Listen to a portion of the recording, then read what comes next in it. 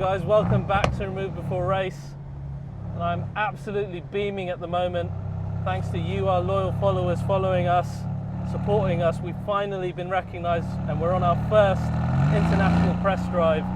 And it is of the phenomenal new C63. I'm currently in Germany on the Bilster Berg track, a track which is known as the mini Nurburgring for many reasons. Designed by Hermann Tilke, master track designer. It's just an unbelievable track, 19 corners, 44 curves and dips. It's really made to test the automobile, and it does, except for maybe this one, where for the new C63S Coupe, it's kind of like a walk in a German park.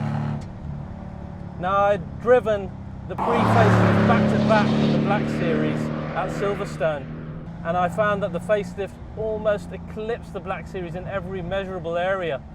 But before we get onto that, I want to go through the facelift, the car itself, and then we'll come back to track and finish this review off.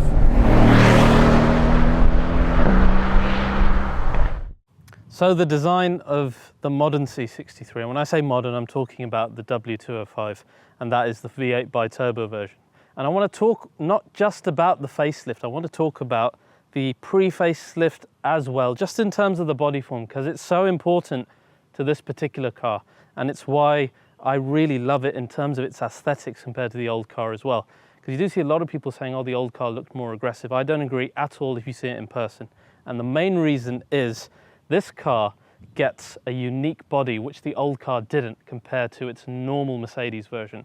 So the AMG version gets extended front arches and extended rear arches in the coupe. And I want you to think of something like the difference that went from the normal old C63 to the C63 Black Series. That's how exaggerated it is. And this is a change that you don't see inside the saloon or the wagon, even in the facelift. It's only reserved for the coupe and the cabriolet version of these cars. And the effect of it is something very similar to, say, the AMG GTS going to the GTR. That's how exaggerated it is. It gives the car a really wide stance, both in the front and in the rear, and it sets it apart from the other cars, just in terms of aesthetics. Now the facelift itself, let's talk about that. Of course, you've got new front lights, not that different, so we won't discuss that, but I'll show you what they look like. But the main thing that your eyes are drawn to is the AMG specific grille, what used to be called the Pan Americana grille, from the AMG GTR, from the GT3 race car, coming now to all the top dog AMG cars, including finally the C63. I thought it might look odd on this car, but now having seen it, I don't think I'd want a car without it. It just really suits the look of it. It makes what is one of the most aggressive AMGs look aggressive. You know immediately that it's one of the flagship cars. Apart from that, you've got a redesigned lower bumper as well, with different aero in it. And speaking of aero, we now actually have an aerodynamic package, which was previously exclusive to the Edition 1 Coupe. Now it's available as a package, and what you get for that is some really cool stuff. You get an extended lower lip at the bottom, finished in gloss black. You come around the side and we've got a much, much larger side sill, which I actually liken to the running boards you have on 4x4s. That's how exaggerated and wide it is.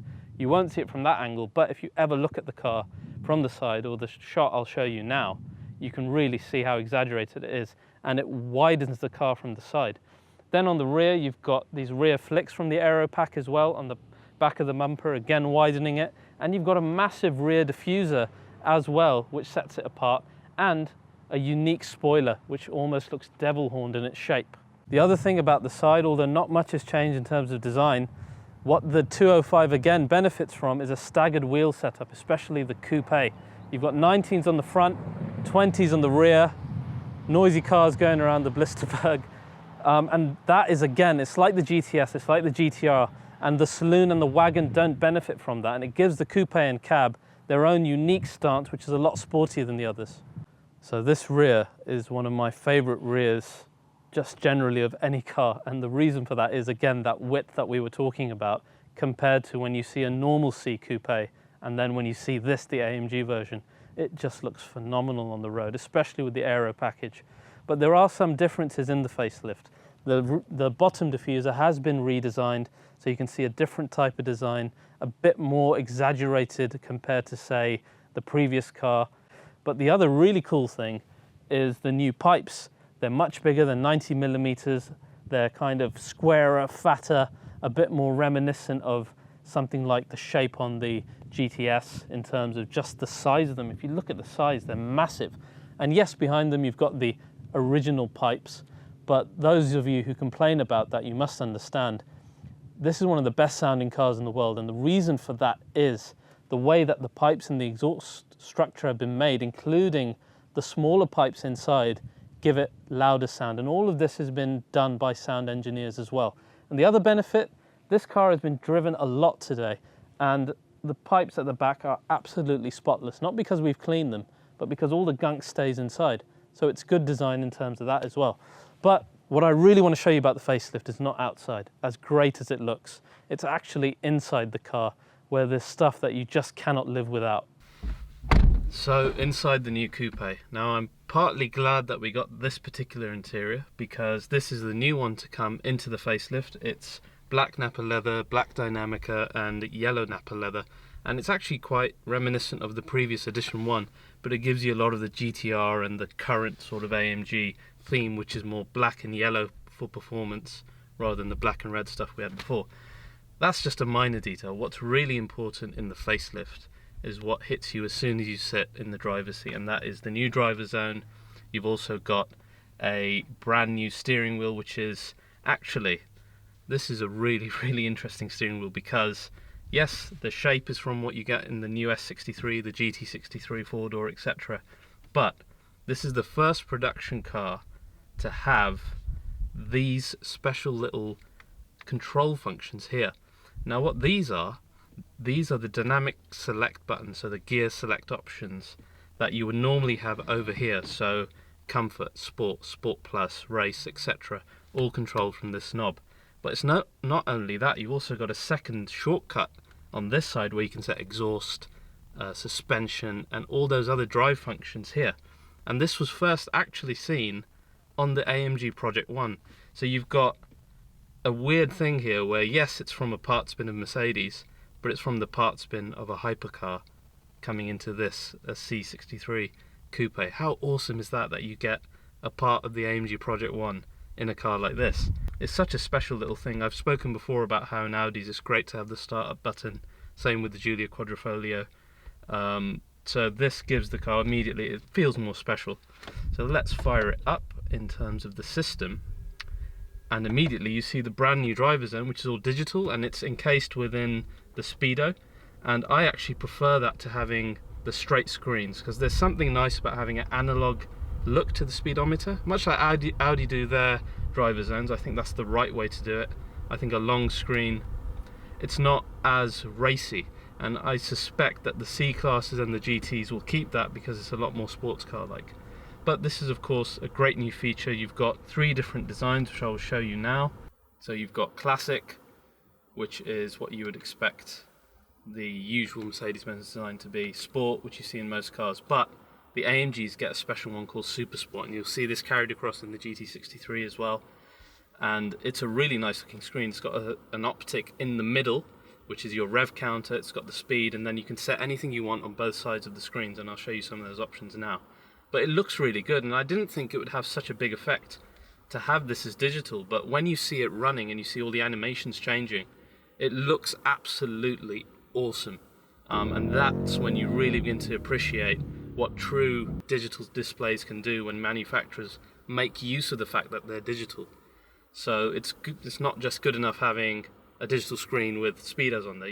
The information needs to change, and it really does on the C-Class. The other bit is the wider screen here. Now I know some people didn't actually recognize it as a widescreen when we showed you the C facelift interior in one of our videos.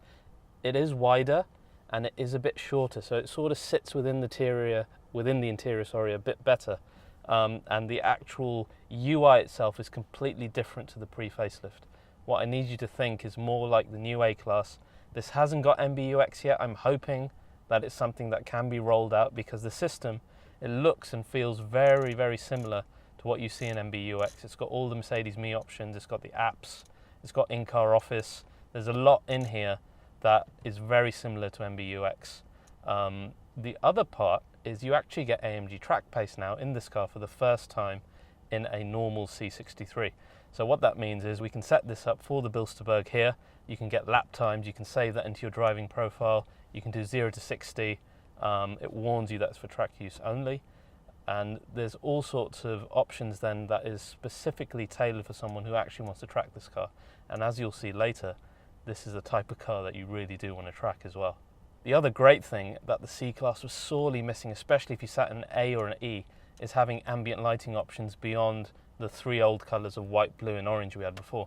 Now you've got 64 colours all around the car. They look absolutely awesome, especially at night. Unfortunately, we're not doing any night driving, but you will get an idea of it when you see these cars. And it changes the ambience, because when you've got glaring red coming out the side, it's almost like the heat coming out of a jet engine coming through the recesses within the interior, and it looks really, really cool. One nice new bit is you have got a wireless charging mat in here as well, which is great, so you can charge your iPhones inside the car without having to use wires. Now, this is one thing that is really important in the C63 Coupe. You've got a lot of space in the back, especially for adults. So that's my driving position. I've got plenty of leg room here. I've got good headroom as well. I'm about 5'10". So yeah, I'm touching the top, but you can get quite comfortable in this and you can do long journeys, which is not common of coupes, even larger ones like the S63, the E-Class as well. So you do get practicality even in the coupe. So if you're worried about your kids or even adults sitting in the back of a coupe, from practicality side, I wouldn't freak out. I've had this car for a long time in the pre-facelift, and it was brilliant in terms of having 4 passengers in there. Right, before we shoot off, really important in AMGs is startup. So first I'm going to show you what comfort sounds like with the exhaust off.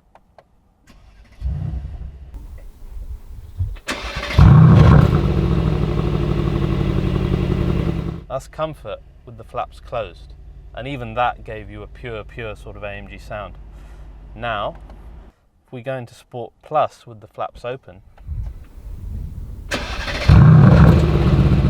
think we should rev it a bit.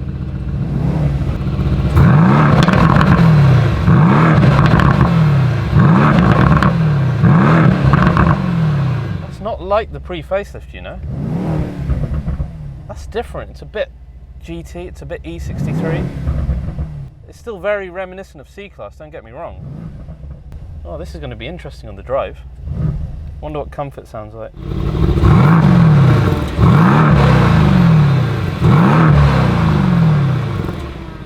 And race.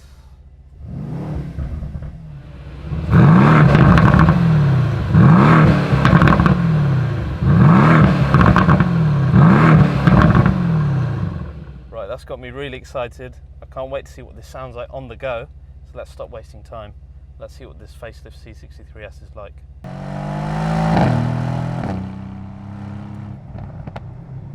So guys, here we are in the facelift C63S. You can see my smile can't get any wider. So let's start the car off in the mode that I use the most for daily driving when I had the pre-facelift. I'm going to do comfort with the exhaust flaps now open.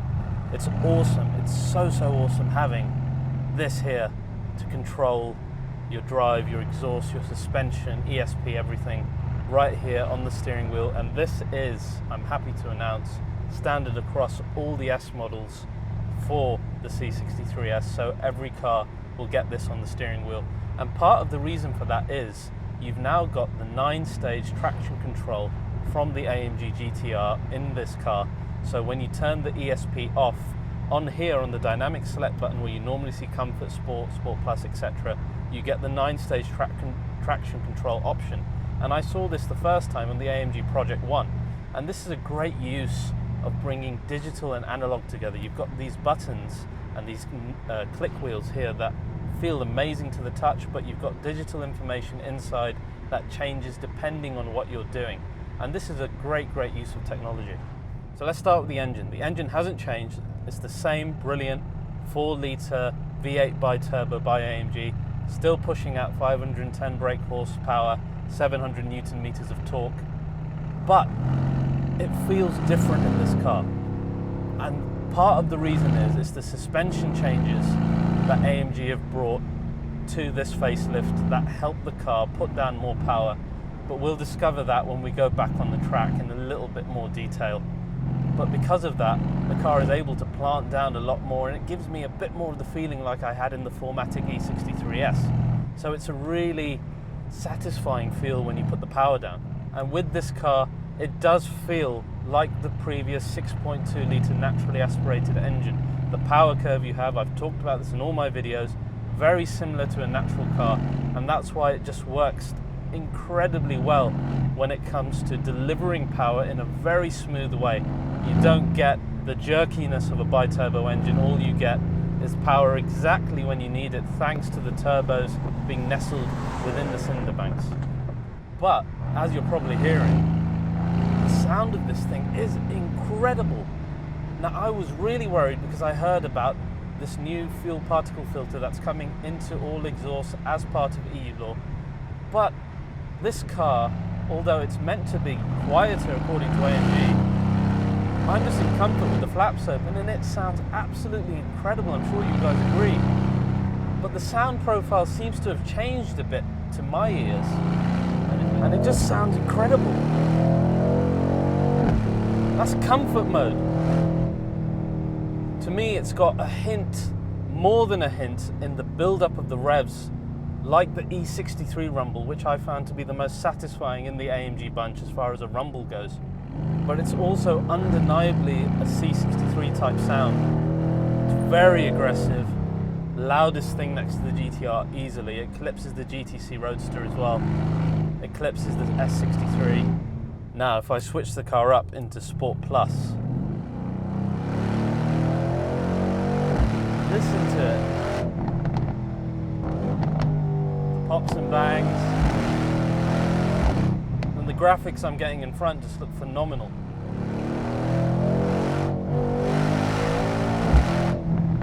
It sounds absolutely unbelievable. Well done, AMG. You've managed to better the sound of the previous car, which I just didn't think was possible. With AMGs, I've always said they're like a musical instrument. If you know how to play them, you can get the car to sing, the exhaust note to sing like you want it to. And that's not just while driving fast, although it's very, very fun while driving fast. It's also while driving slow. It's so satisfying. Listen to that monster. So as far as sound goes, this is sounding better than the pre-facelift to me. And on the go, all the time, it sounds better than the previous version. If you guys are thinking not as good as the W204 6.2 litre car, no, you're wrong. I'm sorry, it is much, much louder. Now onto the handling aspect, this car handles incredibly well, and part of the reason is the dynamic engine mounts. And what that means is the engine is mounted in a dynamic way where there's a soft mount to allow the car to be softer when it needs to be a comfortable car. But because it's referred to as dynamic, when it needs to shift the weight of the car in a way that's more sporty, then it carries the bulk of the car's weight, which is the engine, and moves it with you when you're in the corners, thus making you feel like you're driving a much lighter car, and the car works with you rather than against you. And it's a phenomenal feeling because you know what the figures are of the car in terms of the weight, but it doesn't feel it. It feels much lighter, and you get bounds and bounds of confidence. This is something you don't even have in my Black Series, where you know that there's a limit that you push the car too hard in the corner, you're going to do something wrong. With this car, you can go faster and faster and faster. What that also does is help improve your steering, but the steering is a highlight of this car anyway. It is the one part that when I drove it back to back with the Black Series, the Black was a bit better because it's hydraulic, but you have to remember this is an electric setup, and it is one of the best electric setups for steering in the world. There's so much communication. The tiniest little change of wheel movement you get communicated back to you through the steering wheel. And there's seldom a car I can think of that I've driven recently that communicates back as well as this does.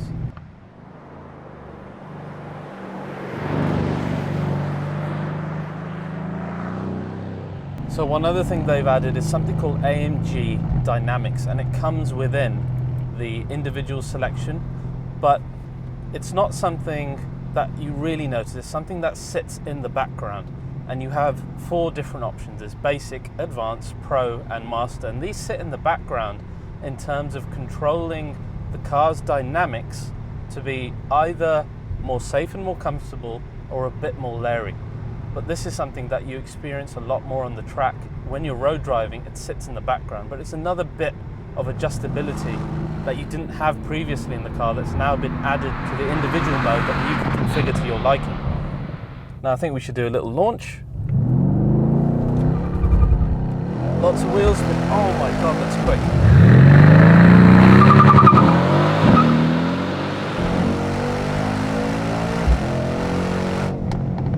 Wow, incredible. It feels so quick. It feels GTR quick in this, and you have to remember the 0 to 60, 3.8 seconds, which is phenomenally quick for a coupe this size. I'll have to test this more on UK roads, but AMG claim that the car is more comfortable in comfort mode. It really does seem to feel it. We're driving on perfect roads at the moment, but there is a certain way that a luxurious Mercedes-Benz and not an AMG rides, and this feels a bit closer to that. But let's reserve that for when we get the car on UK roads. With this car, it's like AMG just wanted their cake and they wanted to eat it as well. They just want to pile everything into it. We want to make it more comfortable, fine, let's make the car better in terms of comfort and suspension. So they soften the springs by 8 to 10% in the front and the rear. But no, we want the car to be better in terms of its suspension when it's driving faster. And bizarrely, when you see us on the track, it will feel better when you're driving more dynamically in race mode. We have to put the fuel particle filter in, but hey, we need to make the car sound as good, if not better. Achieved. They just work magic at a Falterbach.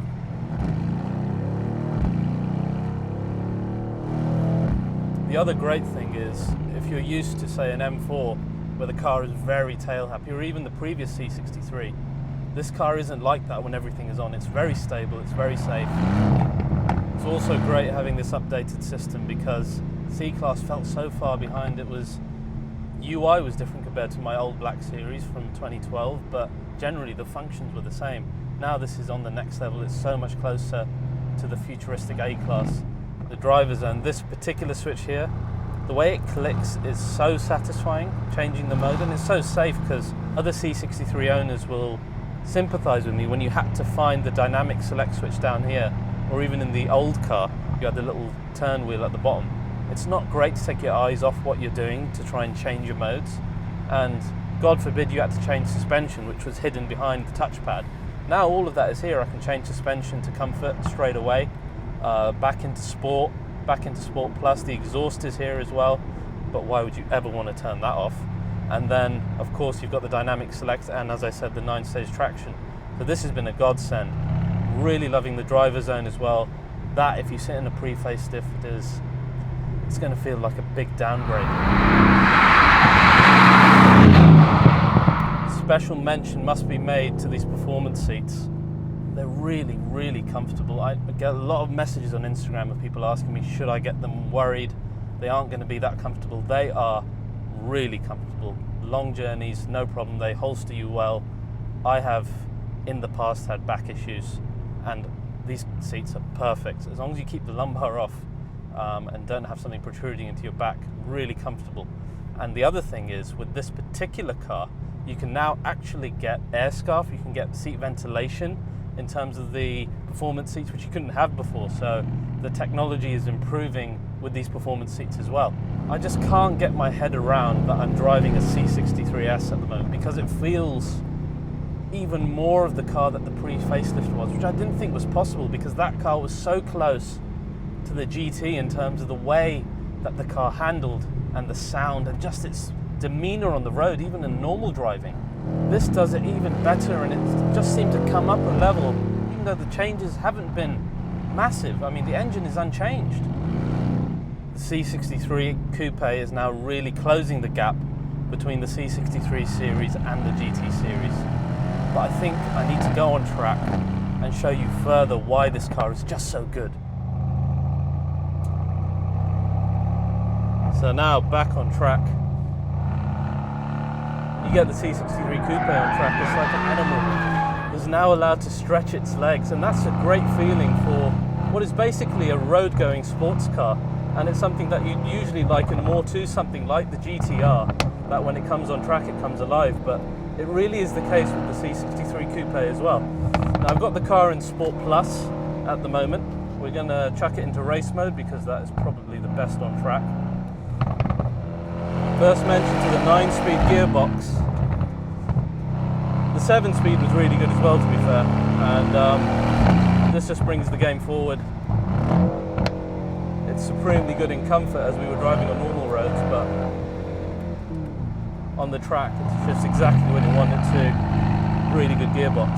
Now we mentioned the suspension has gotten a bit softer front and back to make the car better in comfort, but when you're in race mode, it feels more dynamic than the coupe I tried at Silverstone. So as I said previously, it's like getting your cake and eating it. I don't know how AMG do it. Their engineers are just magicians behind the scenes. So it just seems better at planting power, and you really feel that when you're coming out of the corner. And of course that brings us to the new 9-stage traction control, which is available here, which if I turn the ESP off, then you can see the option come up. And that's not about getting drift angles. That's not what that is. ESP is about the stability. This is about getting the greatest amount of traction out of the car when you're coming out of a corner like this. And that is straight out of GT3 technology, straight out of the AMG GTR. The Project One is going to have that as well, and I'm hoping this can be rolled out onto more and more AMGs in the future.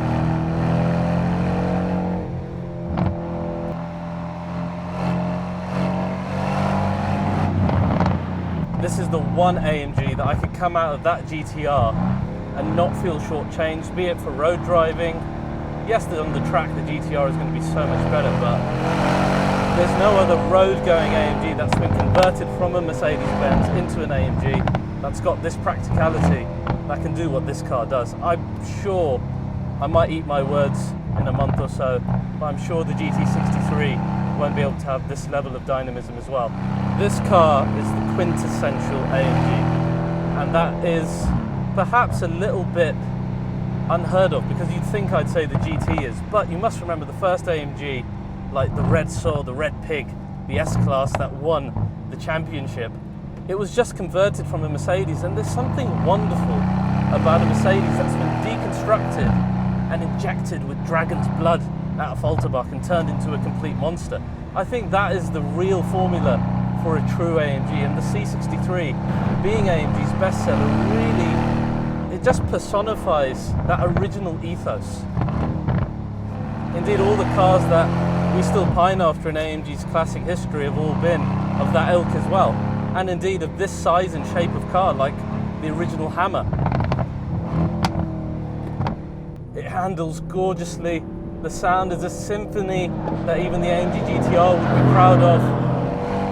It's just one hell of an AMG. There are rumours that the next C63 might be a V6, it might drop, or a 6-cylinder might drop the V8, and if that happens, this, the pre-facelift, the W204, they will be pined after by us AMG addicts. I think this is going to be the sweet spot. It's going to be the one that we all love the most in the future. I want you guys to forget the previous 6.2 car, forget any rivals. This dispatches them with authority. For me, this C63 is the ultimate daily. It's the supreme all-rounder.